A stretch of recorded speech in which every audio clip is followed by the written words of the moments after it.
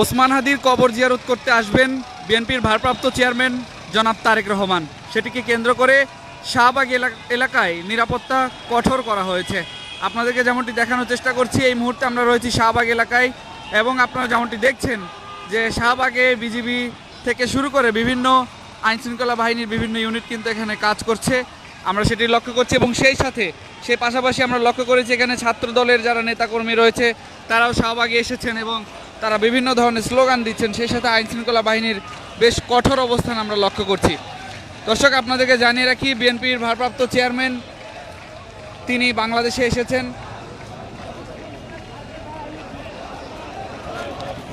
তিনি এসেছেন বাংলাদেশে এবং তারপরেই তিনি সোজা হযরত শাহজালাল আন্তর্জাতিক বিমানবন্দর থেকে তিনি ছুটে যান 300 ফিট এলাকায়, যেখানে তার নেতাকর্মীরা কিন্তু সেখানে দীর্ঘ সময় ধরে অপেক্ষা করছিল। সেখানে তার গণসংবর্ধনা শেষে সরাসরি তার মা জননীকে দেখতে যান এভার কেয়ার হাসপাতালে।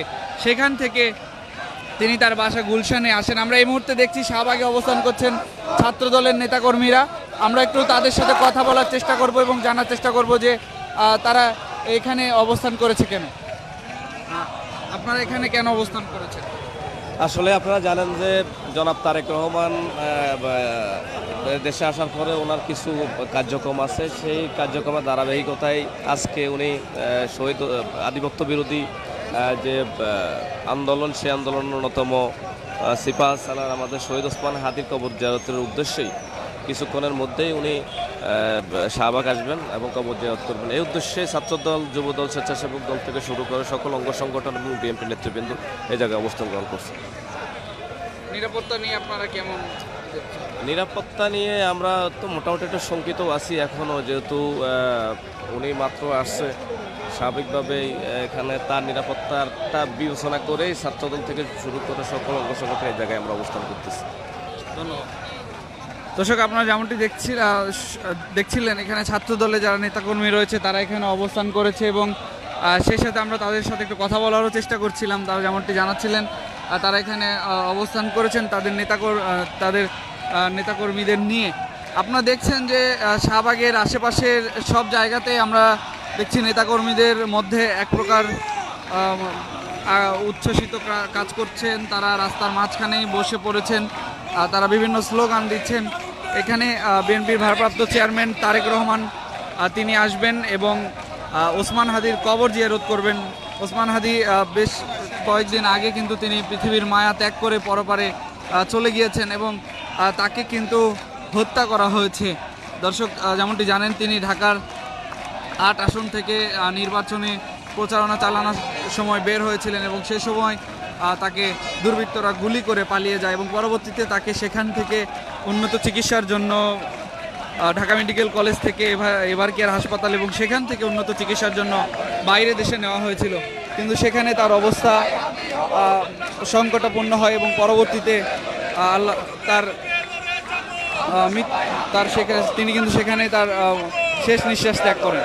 দর্শক, আপনাদেরকে যেমনটি দেখানোর চেষ্টা করছিলাম, বিএনপির ভারপ্রাপ্ত চেয়ারম্যান তারেক রহমান তিনি বাংলাদেশে এসেছেন এবং পরবর্তীতে তিনি তার যে কর্মসূচিগুলো সেগুলো করছেন।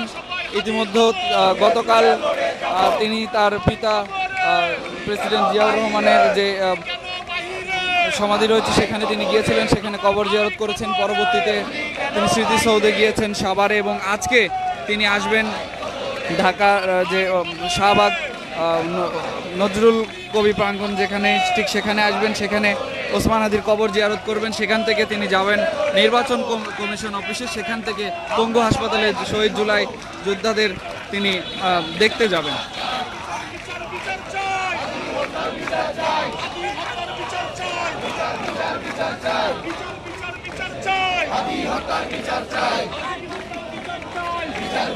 এই মুহূর্তে আমরা কথা বলার চেষ্টা করব যে আপনারা এখানে অবস্থান করছেন, আপনাদের সাথে কথা বলার চেষ্টা করব।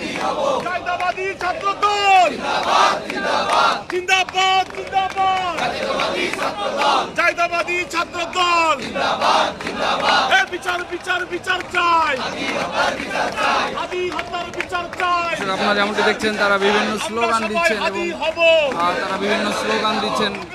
তারা হাদির যে বিচার সেটি কিন্তু চাচ্ছেন।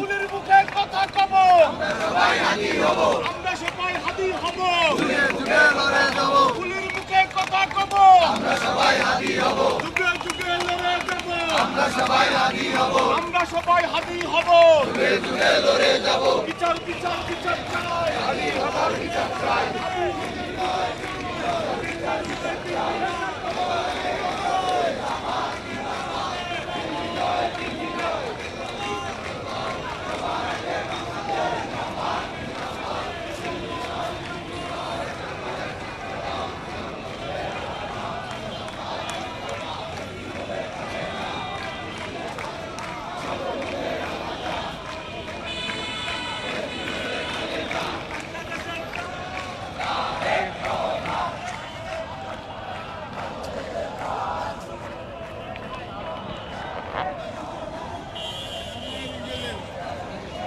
দর্শক, আমরা যেমনটি দেখছি যে এখন নেতাকর্মীরা কিন্তু দাঁড়িয়ে পড়ছেন ঠিক রাস্তার দুপাশ দিয়ে।